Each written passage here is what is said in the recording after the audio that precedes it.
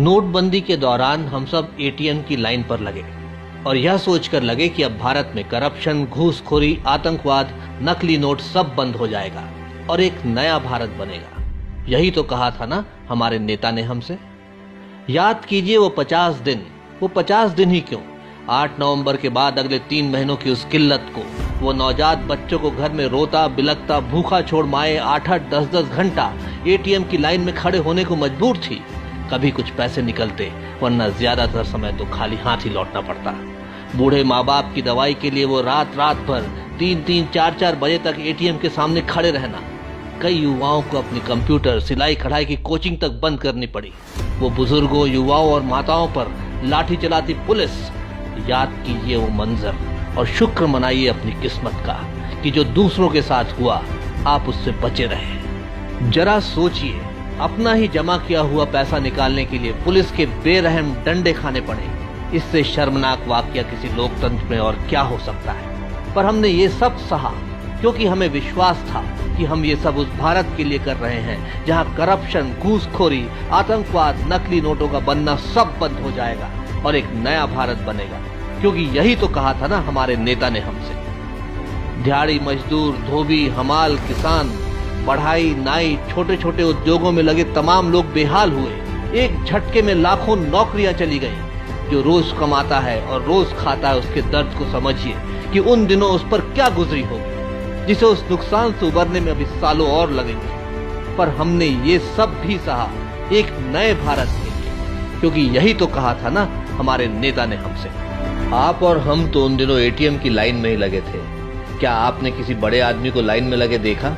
ये लाइनें देखकर तो ऐसा लग रहा था कि देश का सारा काला धन इन मध्यम वर्गीय और गरीबों के पास ही था।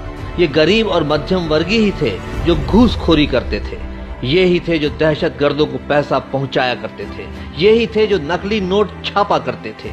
इन्हीं गरीबों के घर में कमरे नोटों से भरे रहते थे।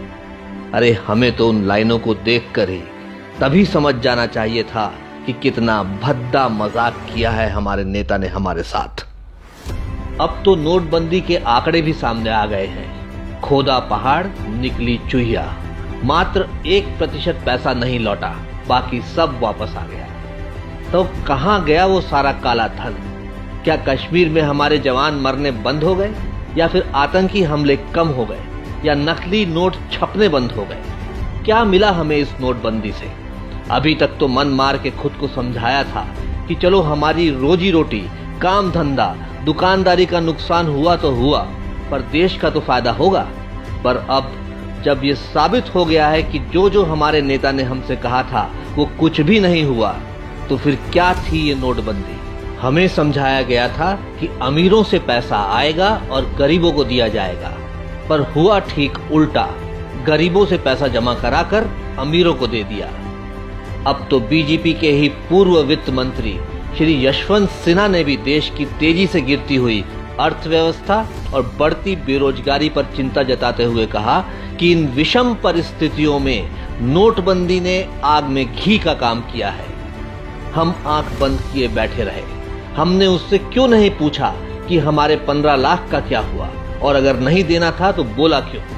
हमने उनसे क्यों नहीं पूछा कि जिस जीएसटी और आधार कार्ड की आप पानी पी के बुराई किया करते थे, आज अचानक वो देश के लिए अच्छे कैसे हो गए? या जब वे नोटबंदी के दौरान अपनी बेटियों की 500 करोड़ की शादी कर रहे थे और हमसे कहा कि जब्त करो, तब हमने उनसे क्यों नहीं पूछा कि क्या हम गरीबों की बेटियां आपकी बेटियों से कम प्यारी हैं?